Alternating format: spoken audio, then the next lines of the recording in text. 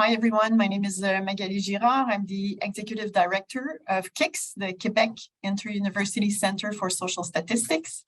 Aujourd'hui, la présentation va être en anglais, mais je vous invite à poser les questions en français ou en anglais. Je ferai la traduction à la fin de la présentation. It is my pleasure to welcome Adam Cotter from Statistics Canada as part of our Midi Webinaire or Brown Bag webinar series. We aim at CIQSS to regularly have analysts from StatsCan to introduce us to some of the data sets that are available in research data centers across the province and the country. And today, Adam will do a presentation on the survey of safety in public and private spaces. Adam has a master's degree in criminology and has been working for StatsCan as an analyst for the past 10 years. And he has worked on many different surveys, and the survey of safety in public and private spaces is one of them. I'd like to let you know that the webinar is being recorded and will be made available eventually on our YouTube channel. And I'll invite you to, throughout the presentation or after, use the Q&A section or chat to put in your questions. Adam will do a 30 minutes presentation, and then we'll have some time at the end for questions and answers. So your turn, Adam, and thank you for being here today. Yeah, thank you very much for the introduction and the invitation to speak today. I've been an analyst with Statistics Canada at the Canadian Centre for Justice and Community Safety Statistics since 2012. Prior to that, I worked at Statistics Canada for a few years more on the production side, processing the data, collecting the data, that sort of thing. Throughout my entire career, I've worked in the area of justice and community safety statistics. So I could talk all day about the data sources that are available to us at the CIQSS.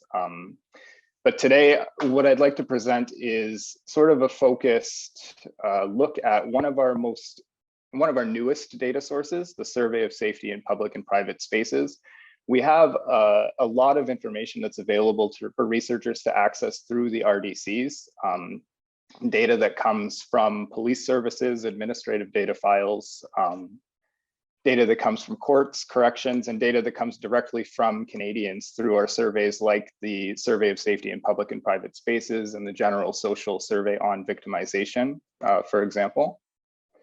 Sorry, just share my screen to start presenting.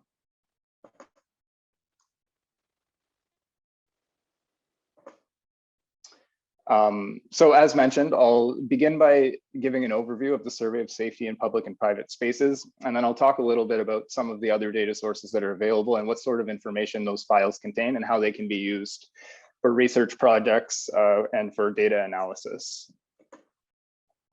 So some background on the Survey of Safety in Public and Private Spaces, or the SSPPS. The survey was developed in 2018 for the first time. It was the result of a partnership between Statistics Canada and the Department for Women and Gender Equality. And they were looking for a new survey instrument that could help respond to data needs and fill data gaps related to the experience of gender-based violence in Canada. So at Statistics Canada, we have decades of information on various forms of gender-based violence, including intimate partner violence, violence against women and girls, and that type of thing. But it's restricted generally to types of violence that are criminal, that always rise to the criminal threshold, whether that's offenses against the criminal code or offenses involving violence, that sort of thing. And what they were hoping to collect was something that kind of expanded the range of what we think of when we think about behaviors that are gender-based violence. So including things like inappropriate comments, unwanted behavior, forms of harassment experienced in public and online that aren't necessarily criminal or aren't always criminal, even though they can be, but are often motivated by the same underlying factors. They have the same sort of characteristics that drive the behavior, and they can often have the same outcomes as a result of experiencing those behaviors. So to build that evidence base and build off other work that had been done, both at Statistics Canada, but also by several community level organizations across the country who have done this sort of research into the range of behaviors that fall within the scope of gender-based violence. We developed a questionnaire that took pieces from other surveys, notably the General Social Survey on Victimization, to measure that criminal aspect, but it also used other emerging types of information. For example, we borrowed from the Survey of Sexual Misconduct in the Canadian Armed Forces to get an example of questions we could use to get at the other end of the spectrum of behaviors that are not necessarily criminal, but are included or should be thought of when we're talking about gender-based violence more broadly. So the methodology for the SSPPS after development was collected in the provinces and the territories using 3 different methods. Respondents could complete the survey online. There were telephone interviews, and there were also in-person interviews in the north, particularly in the more remote communities where access to telecommunications is less reliable. The final sample size for the survey was just over 46,000. The target population was Canadians 15 years of age and older. The response rate overall was around 46%. It was 73% in the territories, so quite a high response rate. And the overall response rate's comparable to other surveys dealing with the same topic of similar size. So the end result is a file that it really has a large sample size, and the data quality, we're confident that it's representative of the Canadian population 15 years of age and older. So now I'll just give a brief overview of the different themes and types of content that were included in the SSPPS to give you a sense of what's available, what types of questions you could use the survey to answer if you're looking to make use of this as a source for any research or projects. Broadly, the survey looked at perceptions of gender roles, inappropriate sexual behaviors and experiences with that sort of behavior in various spaces at work, in public and online, experiences of violent victimization, including in intimate partner relationships, and then a huge range of other demographic and economic characteristics related to education, employment, demographic characteristics, health, alcohol, drug consumption, that sort of thing. So we'll go through each of these a little bit to give an overview in turn.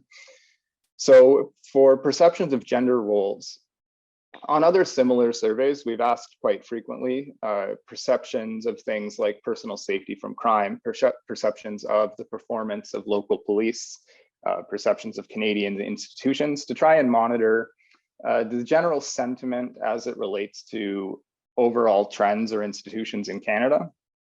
So one of the things that we were looking to measure was a similar thing, but as it relates to gender norms and gender roles. So for example, questions that ask about the perceptions of, for example, adoption by same-sex parents or by single parents, rather than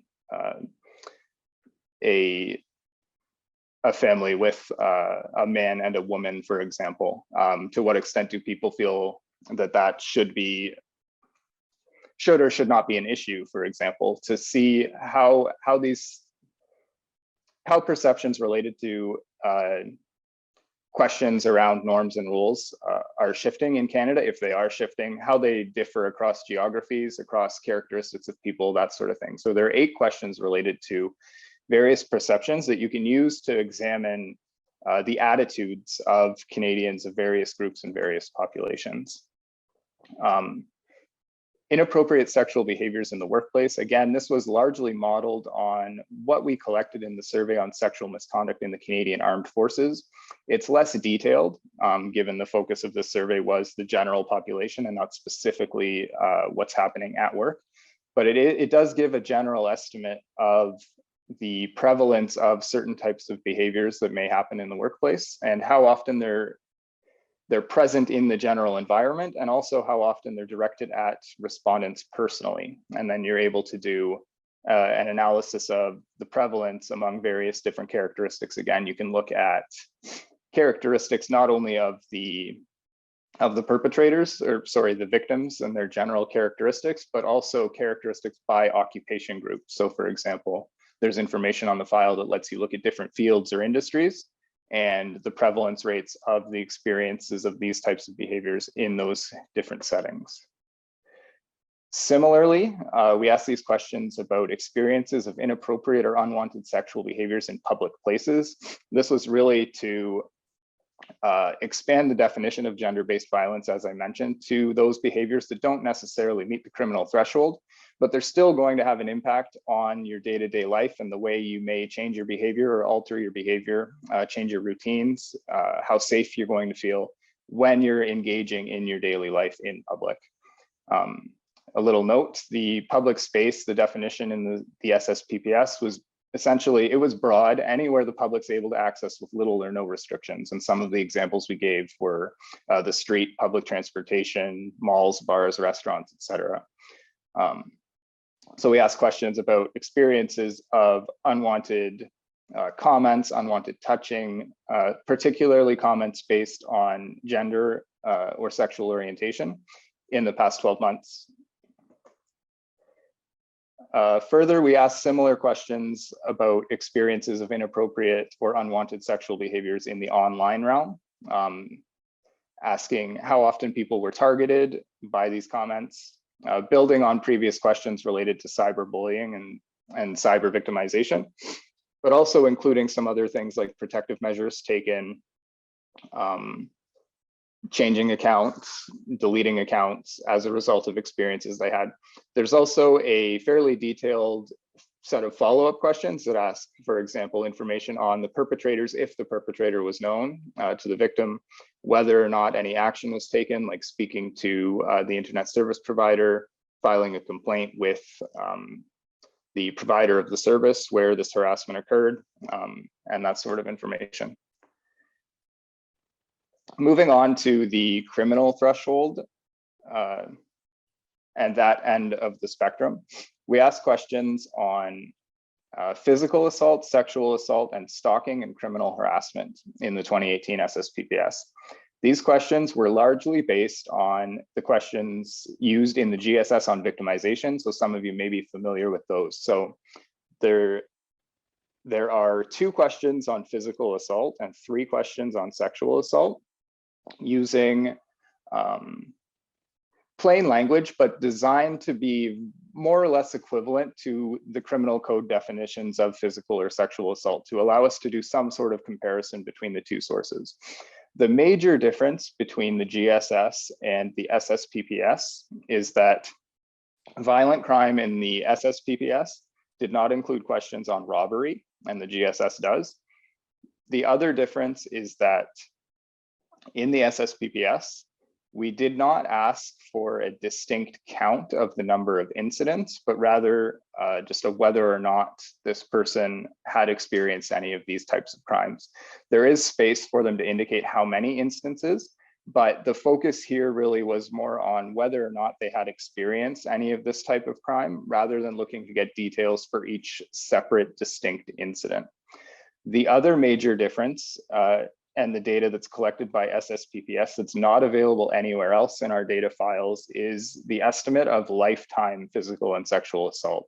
So lifetime is defined as since the age of 15.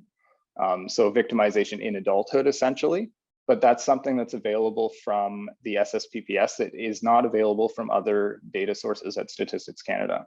So you're able to look at victimization across the life course, and you can associate that with various different outcomes in adulthood, look at characteristics of people with higher prevalence or lower prevalence rates of victimization. And for physical and sexual assault, we also asked incident details, but unlike the GSS, where we asked details for each individual incident that's reported by respondents, in the SSPPS, we asked respondents to think of the most serious incident that they experienced and tell us what the impacts were of that incident. So rather than going through all of the incidents, it was, what was the impact of the most serious one? And that was most serious however the respondent perceived it. There was no scoring rule to say this is always the most serious, or if the incident had this characteristic, you consider this one to be your most serious. It was left open to the respondent. They could have gone through up to 2 times, once for physical assault and once for sexual assault, if they experienced both of those types of crime in the past 12 months. Another major difference between the SSPPS and the GSS is how intimate partner violence was measured. So in the SSPPS, we asked about 27 different types of emotional, psychological, financial, physical, or sexual abuse, both in their lifetime and in the past 12 months. So similar to the way the physical and sexual assault questions were asked. When we measured lifetime prevalence just by asking yes or no, have you ever experienced this behavior? And then for those who said yes to any behavior, there was a follow-up question asking them to indicate how frequently in the past 12 months they'd experienced this type of behavior, ranging from not in the past 12 months, so it could have been outside of that reference period by a month, could have been by a decade, but just the information we have is that it was not in the past 12 months, up to a maximum of daily or almost daily. So unlike the GSS, where we use the conflict tactics scale, the CTS, we have a subset of 8 questions, and we ask about physical and sexual abuse, in addition to some indicators of emotional abuse that are asked using a slightly different methodology. The SSPPS used some of those questions, as well as new questions from the composite abuse scale, the short form that was developed by some researchers at McMaster, I believe, as well as some new questions designed on research into emerging forms of violence in intimate partner relationships that haven't necessarily been well captured in self-reported victimization surveys in the past. So specifically some indicators of violence that are specific to same-sex intimate partner relationships, or perhaps not specific, but more likely to be relevant. So for instance, one of the items that was considered to be intimate partner violence in the SSPPS is whether or not an intimate partner had ever threatened or actually revealed details about your sexual orientation or sexual identity to somebody who you did not want to know those details. Another difference is in the SSPPS, we took a more global view of what an intimate partner relationship is. So what I mean by that is in the GSS and in other research on self-reported spousal violence, it's usually, or it has been in the past, more restricted to current or ex, like legally married or common law partners. In this case, we also included dating partners, all in the same group. So we are able to distinguish a little bit between spousal violence and dating violence, but we took a broader scope to look at, again, the wide range of behaviors that can make up intimate partner violence, but also the wide range of relationship types that can fall within the umbrella of intimate partner relationships. Some of the details and impacts that we asked about violence and abuse in intimate partner relationships are common across surveys. So for example, emotional impact, injury, were there witnesses to the violence, was it reported to police, that sort of thing. We did add some new information to the SSPPS in order to capture a little bit more information. So for example, one thing that we added was experiences the respondent may have had when they spoke to the police, and the overall satisfaction, not necessarily with the way police responded in terms of the action they took, but satisfaction with the way they were treated by police in the interaction. So things like, did they feel respected? Did they feel believed? Did they feel as though police took their report seriously? Did anybody associated with the police reach out afterwards to offer any follow-up, further information about their report, if applicable? And overall, how satisfied were respondents with the interactions that they had with police beyond just the action, which we've asked also on SSPPS, but in the past, action being things like they pressed charges, they visited the scene, they interviewed both parties involved, that sort of information. So again, looking to go beyond just incident details, but also look at the direct impact on the people having these experiences more fully. Another new question, new information that we can get from the SSPPS is information on separation and living arrangements following violence in intimate partner relationships. So one new question is asking if you experienced this violence and you had been living together prior to the violence, first of all, did you separate? If you separated, did you have to leave a shared accommodation that you may have had with the person who perpetrated the violence? And then if yes, where did you end up staying as a result of this? So trying to get deeper information to help us inform, fill data gaps and inform policy on like where and why we might see an increased demand for housing or certain types of housing as a result of higher rates of intimate partner violence, for example. So looking to understand what are the options that people have when they're leaving an intimate partner relationship from a shared accommodation, and is that different across different parts of the country?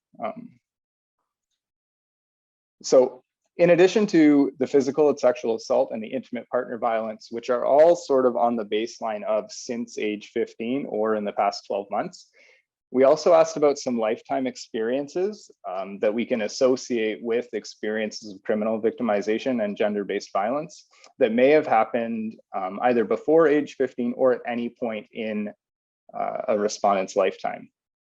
So there's a huge body of literature that pretty clearly demonstrates the link between harsh parenting and childhood abuse and then further victimization in adulthood in any context. So some of the things that we included on the SSPPS were indicators of harsh parenting. So having been slapped or spanked, having your parents or guardians say things that really hurt your feelings, your parents or guardians making you feel unwanted or not loved, or not having your basic needs taken care of during childhood. And then again, sort of taking the approach of widening the threshold of things that we're considering as types of violence and abuse. So we measured the harsh parenting indicators. We also measured specifically physical and sexual abuse during childhood. Any physical or sexual abuse before the age of 15 that was perpetrated by anybody over the age of 18. So unlike harsh parenting, where we count the frequency and whether or not it happened, for the childhood abuse, we also ask questions about detail. We also ask detail questions. So follow up, who was responsible in terms of the relationship between the victim and the perpetrator, and whether or not any of the abuse was ever reported either to police or child protective services. And we also have some questions on whether or not respondents ever witnessed violence between their parents or guardians and other adults or other children, to really give a fulsome view of experiences of child maltreatment before the age of 15. A couple of other related concepts we ask, if the respondent was ever under the legal responsibility of the government as a child, and we ask about experiences of homelessness over the life course. Like child maltreatment, a lot of other surveys have been able to associate homelessness with an increased risk of violent victimization, both recently and across the life course. So one thing we did add to the SSPPS to sort of bolster that information was a question directly asking if, for those who had ever experienced homelessness, if it was the direct result of them leaving a violent situation, whether that's during childhood or in adulthood. Some of the questions on health and well-being that you can use to examine the association between experiences of victimization and then outcomes later in life of health are questions on self-rated general health and specifically self-rated mental health. There's a question on whether or not the respondent has ever seriously contemplated suicide. There is a wealth of information on disability and being able to do a lot of interesting analysis between the specific type and severity of disability and its association with various experiences of victimization. Of course, one limitation of a cross-sectional survey is that we don't know necessarily the temporal order of things. That's an important point for disability, but also for any other question that we're looking at in the survey. we'll be able to say that the two are associated, but we don't necessarily know which came first. If, for example, for any given respondent, if they are a person with disability, did that come before or after victimization they may have experienced? That's not something we're unable to tell, but we can look at the association between the two and do analysis based on the different types, different levels of severity based on the DSQ. The DSQ is the Disability Screening Questions module. It's the standard module used by the Canadian Survey on Disability to assess the prevalence of disability among the Canadian population via self-report surveys. And in addition to those questions, we had other information on chronic conditions, so long-term problems diagnosed by a health professional, and respondents' use of medications to help sleep, help them calm down, or help alleviate depression. So again, various indicators you can use if you're interested in the relationship between health, overall well-being, and victimization. Similarly, we had some detailed questions on past 12-month alcohol and drug consumption, not only the frequency of use of alcohol, of marijuana and other cannabis derivatives and other drugs, but also whether or not the use caused any problems in the day-to-day life of respondents, whether that's arguments with family, problems at work, that sort of thing. So beyond just frequency, to be able to look at the impacts of the alcohol and drug consumption, and also whether or not this use was a way to cope with various experiences they may have had over the past 12 months measured by the survey. As I mentioned before, there's also a wide range of economic and demographic characteristics that were measured by the survey. So you're able to look and examine experiences of victimization, prevalence levels of different types of victimization by a wide number of characteristics. We ask questions about sex, gender, sexual orientation, Indigenous identity, immigrant status, visible minority status, and specific population group if you're interested in drilling down beyond just the overall umbrella category. Age, marital status, disability, as I mentioned, income, employment and education, language and religion. And furthermore, with a sample size of 46,000, as I mentioned, it's often possible to combine these characteristics together and really do some interesting disaggregated data analysis, looking at the interaction of various characteristics and the influence that they have on the likelihood of experiencing victimization. So just to give a sense of sort of how we've explored this file since 2018, and this is just scratching the surface of what's possible with the data file. We've looked at overall findings, high level, what we're seeing at the national picture, including differences between provinces, differences between urban and rural areas. We've released reports focusing on the unwanted sexual behaviors, the lower end of the criminal threshold, as well as specifically looking at physical and sexual assault. Chapters on intimate partner violence, specific articles focusing on experiences of First Nations, Métis, and Inuit people, and an analysis of the experiences of those living in the most remote communities in Canada. So in the RDCs right now, the 2018 file is available. That's the only time the survey has been conducted so far. In the RDC package, there's the data file. There's also the code book, which has a list of all of the variables in the survey. I believe there were like 600 of them, as well as the values, their frequencies for verification. There is a user guide with examples, including like how to use the survey weights that come with the survey, examples of code, all sorts of information. It's all there in sort of a user-friendly package. It has everything available that you might need. It's got details about the methodology, the sampling strategy, all that sort of thing. And we're currently working on developing the second cycle. The collection of that survey is going to begin in 2024. One of the major changes that we'll see with the next cycle is, as part of the gender-based violence strategy, that led to the creation of the SSPPS, we also conducted a survey specifically on the post-secondary student population and the workplace. And those 3 surveys are being amalgamated into one to avoid duplication, to avoid asking similar questions on multiple surveys. So with the second cycle, when it's there, you will have most of the information from the first cycle that I've presented and additional details on incidents that took place in school-related and workplace-related settings. And the goal is also to have an even greater sample size than we did the first time around, to really allow for even higher levels of disaggregation with analysis of the second cycle. So that's all I have as a background for the SSPPS. I hope that was useful information to talk about one of our newest sources of information. I'll just briefly go through some of the other surveys that we have. I know a lot of RDC users are a lot more familiar with the GSS on victimization than they are with the SSPPS.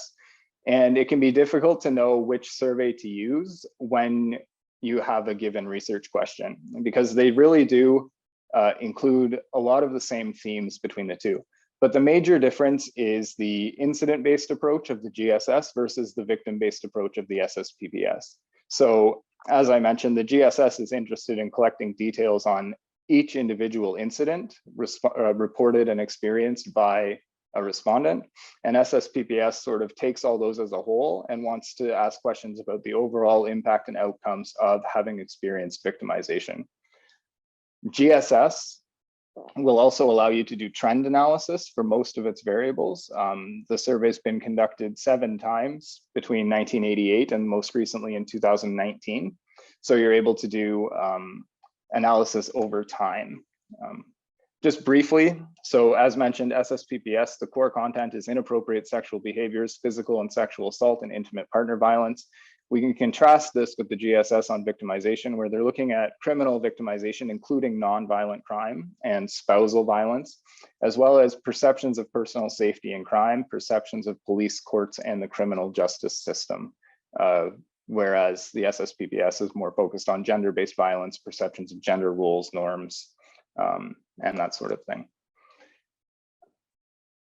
I sort of already mentioned the differences between intimate partner violence measures on the 2 surveys, with the expanded module and the greater scope in the SSPPS compared to the GSS. Reporting to police is also a big difference. That's a key indicator for a lot of people when you're looking at comparing self-reported and police-reported surveys, or just evaluating the level of reporting of a given crime type. The GSS focuses on reasons for reporting, reasons for not reporting, as well as allows you to calculate a reporting rate for violent and non-violent crime, taking into account all incidences. The SSPPS, on the other hand, looks at how the respondent felt they were treated and the experience of the interpersonal relationship and setting situation between themselves and police, and only asks about their experience with the most serious incident. So the reporting rate that you get from SSPPS isn't necessarily representative of all crime. So all that being said, whether to use the SSPPS or the GSS really depends on your research question. And sometimes it's as simple as looking at the level of disaggregation you'd like to do if the information is contained on both surveys. The SSPPS has a greater number of records, so there's a greater likelihood that you'll be able to publish or use the data that you'd get from SSPPS.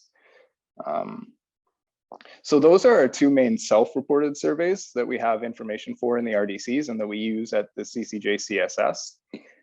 We also use quite often police data, mainly from the Uniform Crime Reporting Survey and the Homicide Survey. So the Uniform Crime Reporting Survey, or the UCR, is a measure of all police reported crime in Canada. Virtually 100% of the country provides micro data on all criminal incidents that come to the attention of police. By microdata, I mean like details on incidents and victims and accused persons, if applicable. We do have data from every police service across the country at the aggregate level to have an overall count of crime. There are a handful of police services that don't always provide the detailed micro data in a given year. But with the UCR, we can look at over 200 individual criminal code violations. You can roll them up into categories if you're interested. Generally, we break them down into 4 categories. You can look at violent crime, so that includes things like homicide, sexual assault, physical assault, robbery. Property crime, like arson, break and enter. We have a category of other crimes, which includes things like traffic offenses and impaired driving. Violations related to the sex trade, possession of weapons. And we also have detailed information on drug-related crime, including by type of drug. In terms of the structure, the incident-based survey has 3 main files. There's an accused file, a victim file, and an incident file. So no matter what, every call to respond to a criminal incident in Canada, police services have to record that call, and that's done at the incident level. So every response to a criminal incident has an incident file. And then depending on the type of incident and the level of details that's available, they may also have a victim file. They may also have an accused file. In terms of scope, we have roughly like 2 million incidents per year in Canada as part of the UCR database. And then somewhere between 400,000 and 500,000, or up to 400,000 victim or accused files in a given year. So we're talking about a large number of records, which has a lot of really good data that you can use to examine police reported crime in Canada. You can use the files on their own, or you can link them together. It depends on your research question, whether you want to count victims versus incidents, what type of crime you're looking at, that sort of thing. So some of the information that's available at the incident level includes the location, the time of date, for certain locations, the occupancy. So for example, to capture a victim and accused are living together, geography, and the most serious weapon present in the incident. On the accused file, we have things like age and sex of the accused. On the victim file, similarly, age and sex of the victim, the relationship between the victim and the accused, the injury sustained, and the weapon causing injury. I'm just looking at the time, and I'm wondering if maybe we should pause for if there are any questions. Thank you so much, Adam. Yes, maybe we can, yeah, we have some times for a few questions. There's a lot. Oh, I see one. And I don't know, Adam, if you can see the Q&A. I'll just say it. Are there any questions in the new database asking respondents' experiences in criminal courts? Understandably, a small number.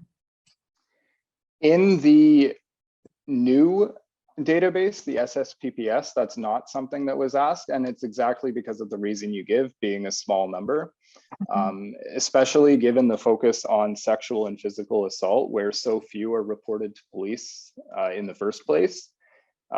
We decided not to include that measure in the SSPPS, partly because we weren't convinced we'd get usable data, and partly because I think the GSS, by including nonviolent crimes and additional types of crimes and asking about each incident, we've got a better likelihood of getting data about criminal court outcomes from that source compared to the SSPPS. These are declared by the respondents. So are there any possible linkages with admin data from the survey? Have you? We have explored doing that.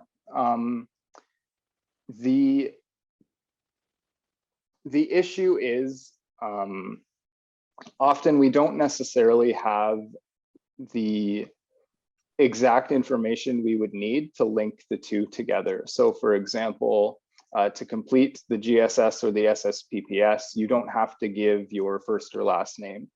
And police data sources, when we get the information from police services, often that information is stripped. So to be able to reliably link the two together, plus we're dealing with a sample survey with There can be sampling error. There could be a bias in who's participating versus who's not. It's something we've looked into, but it's quite a methodologically complicated. Yeah. Yeah, thank you. Are there any other questions?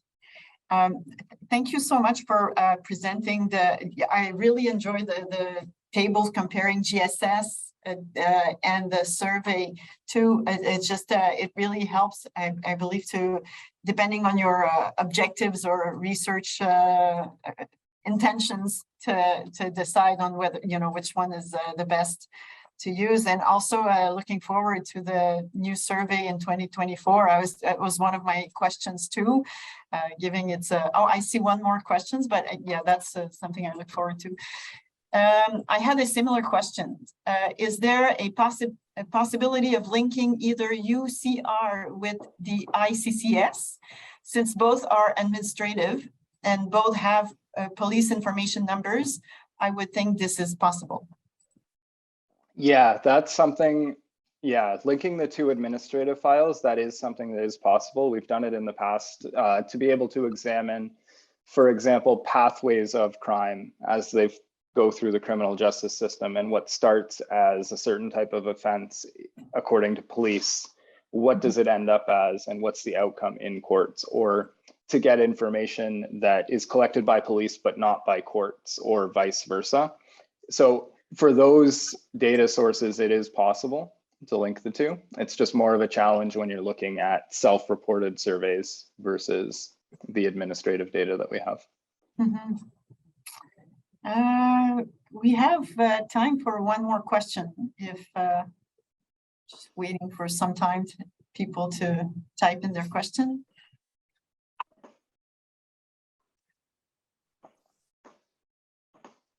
I don't see any more questions. Well, thank you, Adam, for your presentation. Really, really informative. Again, as I said, the presentation is being recorded and will be made available on our YouTube channel sometime. And merci à tout le monde pour votre présence. So again, thank you and have a great afternoon.